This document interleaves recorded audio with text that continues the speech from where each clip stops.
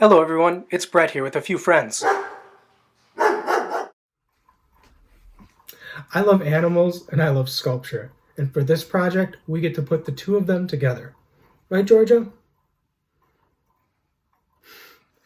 Artist Felipe Archuleta carved animals he saw around his home in New Mexico. We have a few of his sculptures at the Milwaukee Art Museum. My favorite is Porcupine. Its pear-shaped body is lifted off the ground by four stocky legs that end in long, pointy claws. Its legs and head are painted black, and its dark ears peek out from fluffy, tan hemp fiber. Out of the fiber come spiny lengths of straw that grow thicker on his back, just in front of his long, flat tail. White eyes with dark pupils look out, and under flared nostrils is a mouth that almost looks to be smiling. Wood carvings of religious figures, like this one by Jose Benito Ortega, were common in the Southwest and inspired Archuleta. Instead of carving people, he carved animals. His porcupine is the inspiration for our art making.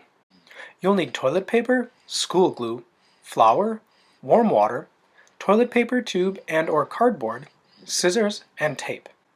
Tear the toilet paper into small pieces and place into a bowl. I used about 18 squares. Add warm water to the torn pieces until they are completely covered. Mash the paper pieces and warm water together. Let the mixture sit for about 10 minutes. While your paper softens, use a toilet paper tube, cardboard, or both to make an animal form. Cut and combine the pieces to make the rough shape of your animal. Use masking tape to hold the pieces together. Archuleta carved his animals from large blocks of rough-cut wood and used a mixture of sawdust and glue to add forms and detail. Give the paper and water mixture, a mixture known as paper pulp, a final mash. Make it as smooth as you can. Squeeze the paper pulp in your hands to remove excess water.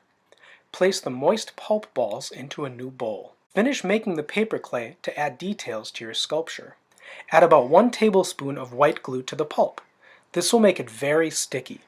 Sprinkle flour over the mixture and knead it until it is less sticky. The goal is to achieve the right balance of ingredients. If it becomes too dry, add small amounts of water and knead. If it is too watery or sticky, add more flour. If it is not sticky enough, add more glue. Flatten pieces of clay to drape over your cardboard form. Use your fingers or a tool to make textures and details in the clay. Toothpicks, chopsticks, and kitchen utensils like your fork are great options. Archuleta was known for using objects around his home and studio to add details. His porcupine has quills made out of straw from a broom. I used a toothpick to make claws and yarn with a twist tie to make a fluffy tail. What objects can you find to add detail to your animal? Once your sculpture is dry, you can even paint it. What type of animal will you make?